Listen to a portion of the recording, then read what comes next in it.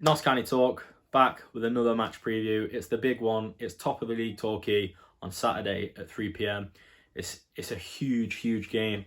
I think if we're looking to sort of get the automatic promotion, it's a 6-pointer for us. I know it's very early on in the season to be saying that, but we've got to look at it. If we can gain 3 points on them now, that's 3 points less that we have to worry about later on in the season.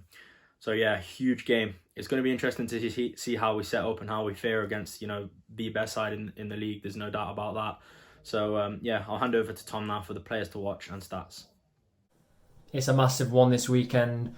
It's going to really test players that they don't know if this season's going to carry on. They don't know if they're playing for absolutely nothing or this season's going to be null and void, or it's going to continue and they've got to keep fighting. We know Notts players. If you look back to that Eastleigh game when you pretty much knew from that point the season was going to be stopped, if you look at their performance there in that 4-0 win, you know our players will take it seriously. They will give 110%. Hardly will instill that in them. So let's get on to the stats. Notts sitting 7th. They have 23 points and played 14 games. Torquay, obviously, they are top of the league. They have 38 points, so a big 15-point advantage over us. But they played 3 games more, so I know it's a big ask. Not to win those 3 games in hand, it's cut to 6. That just emphasises how big this game is, and Notts are desperate to get the victory over a very good Torquay side that are just steamrolling some teams this season. Notts 3 wins in 5. That's the same as I obviously said before the game that was postponed against Yeovil. Nothing's changed there. 3 and 5, decent, but there's no momentum there from those wins. The momentum from the Stockport win you'd think has gone. Torquay 4 wins in 5, scoring 16 in those 5 games. That's massive. That's more than 3 a game. If you average it out, a massive 6-1 win against Yeovil in there. As I've already said, steamrolling teams playing very well and deserving their place at the top of the league undoubtedly. Last stat, Notts haven't lost to Torquay, stretching back as far as I can see in the records, 2005. Stretching back 7 games, there's a few draws in there, but Notts seem to come out on top against Torquay. If you remember, most notably the last fixture when Notts won 2-0, and if you aren't familiar with it, you will be now. It's the game where Richard Brinley scored an absolute worldie from about 25 yards, sliced right across the ball, and it just nestled bottom corner. Goalkeeper was rooted. Probably the goal of the season for me from Richard Brinley. Players to watch now. It's interesting. There is Danny Wright now. He's the top scorer this season. It's a player that we undoubtedly would have had to watch out for, and I believe he is out after having an operation on his hamstring. He's 36 years of age, smashing it in the league. He probably thought this is one of the last seasons I'm going to get, and I'm going out with a bang. But unfortunately for Torquay, he has picked up an injury. Now he's the top scorer and he's not in double figures yet in the league, and they've scored a lot of goals this season.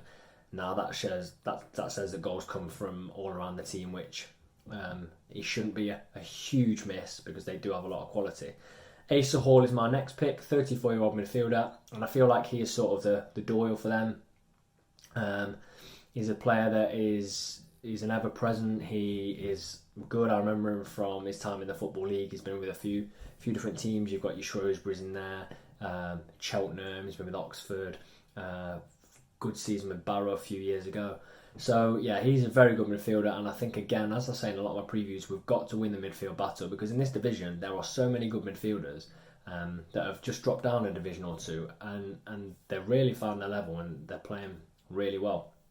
Final player, Aaron Nemane. Now, when I suggested at the start of the season that Notts could look at getting him as cover on the wing, I was absolutely slated about how poor he was, and now he's playing in a team that's top of the league.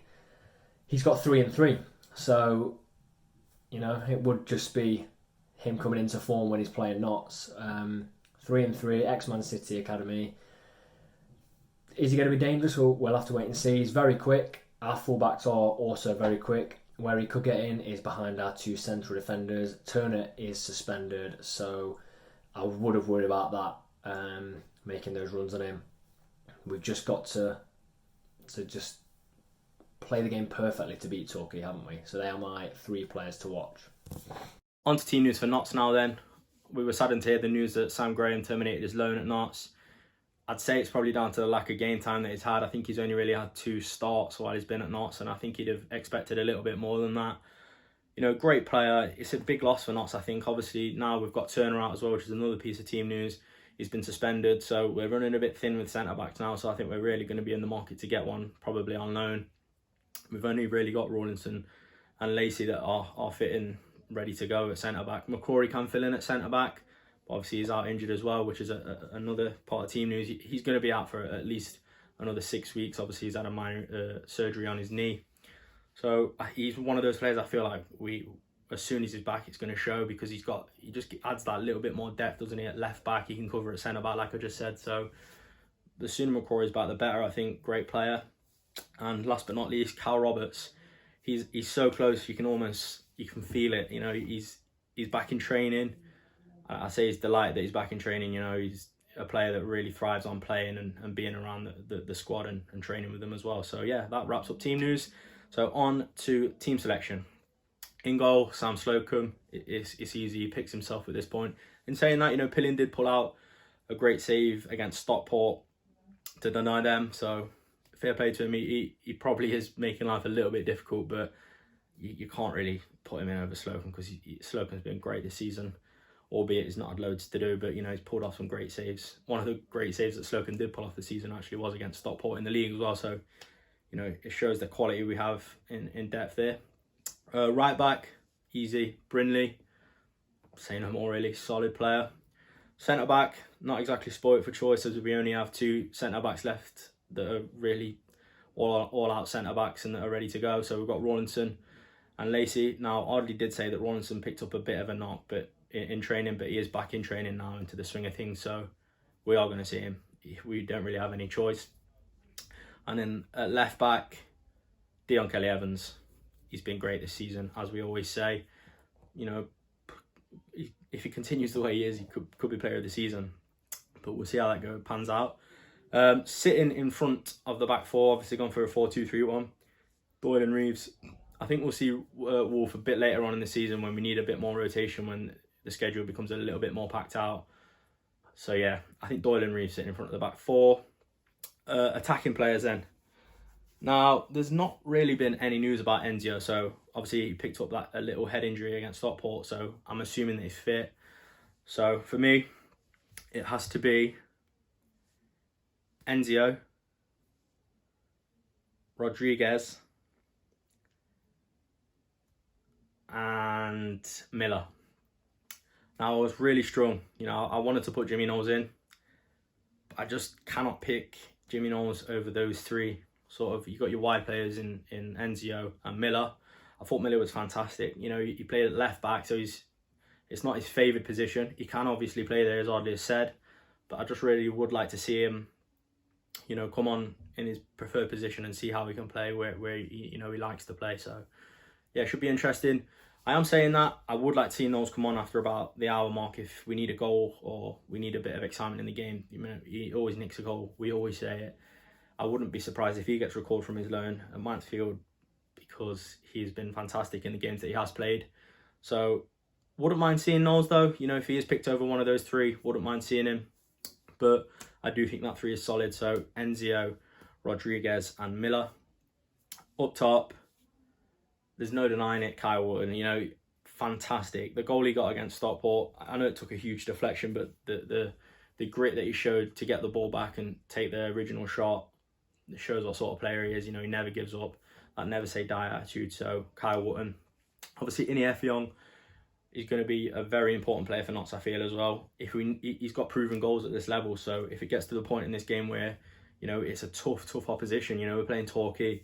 If it comes to the point in the game where it's like 75 minutes and we need a goal, he's a fantastic player to get subbed on. And then maybe in the week, if we've got tired legs, you know, Wharton picks up a knock. He's a great replacement. And at this moment in time, because we've not seen him play, you can't say he's going to be first choice, because Wharton is solid.